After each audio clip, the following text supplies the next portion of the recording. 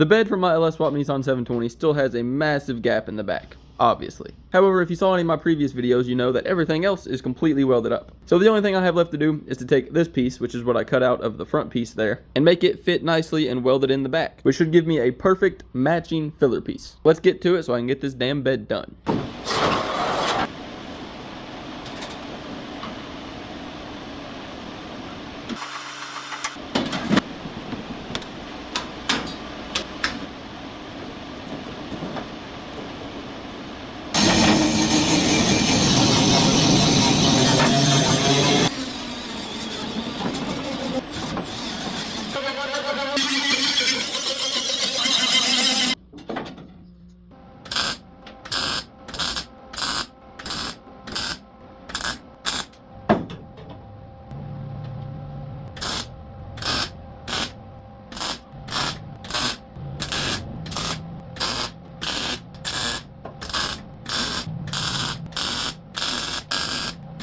Well, the filler piece is all welded in there nice and solid, and in my opinion it looks really sweet. Definitely 100 times better than if I was just to use a big flat piece of steel. Not to mention that this was way cheaper and less time consuming. Now I of course didn't film any of the actual welding because it was just a bunch of boring stitch welding, but in my opinion it turned out pretty good. I'm definitely getting a whole lot better at this sheet metal shit.